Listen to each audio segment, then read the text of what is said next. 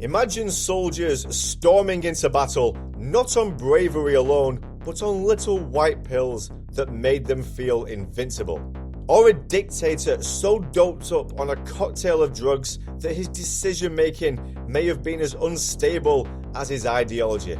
In today's video, we are going to be looking at the drug habits of Nazi Germany. Believe me, you're going to want to stick around till the end of this video as we are diving into the shocking role substances like methamphetamine played in the German military, as well as Adolf Hitler's personal demise.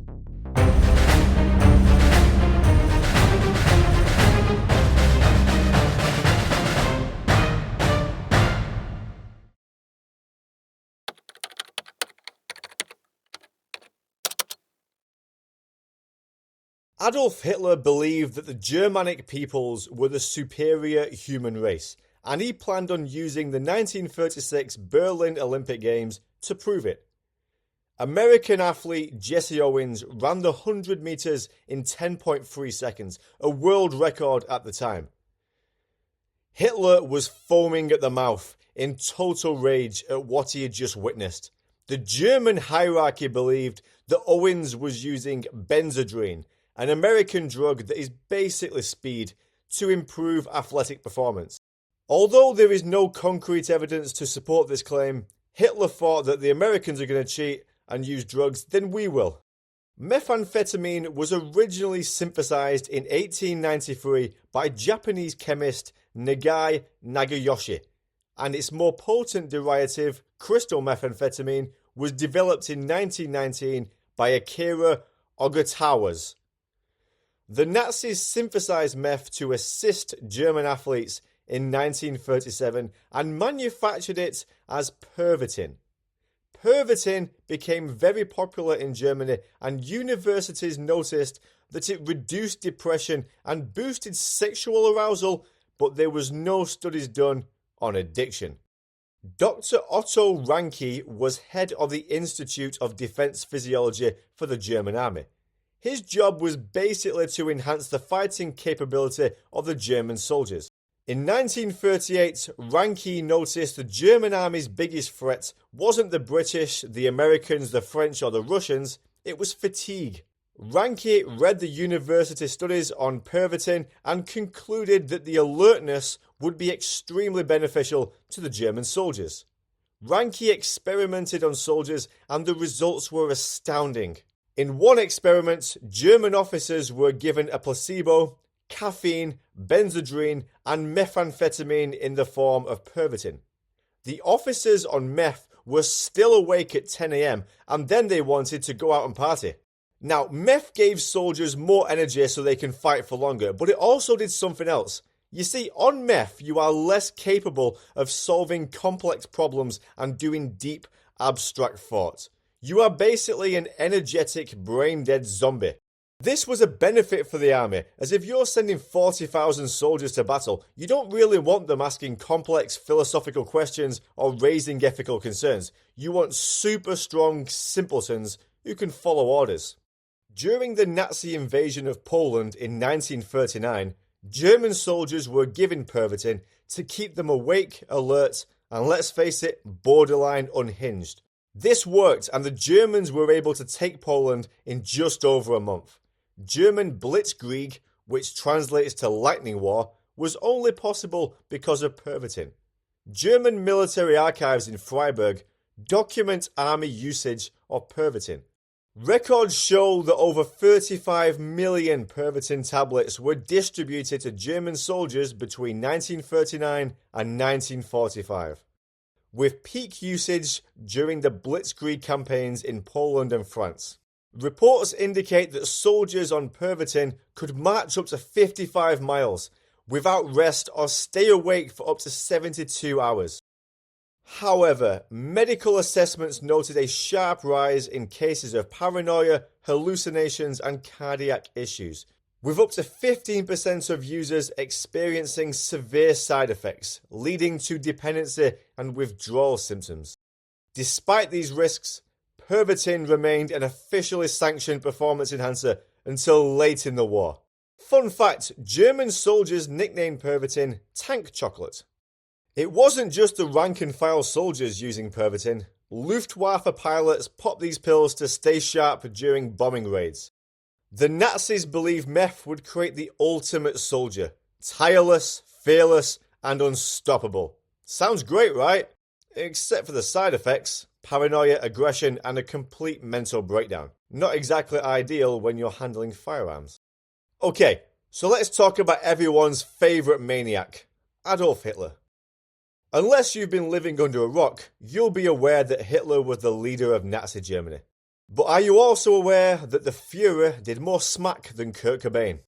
Historians are unsure about the exact moment Hitler started using drugs, but in 1936 it's well documented that he was receiving supplements to manage his chronic health issues.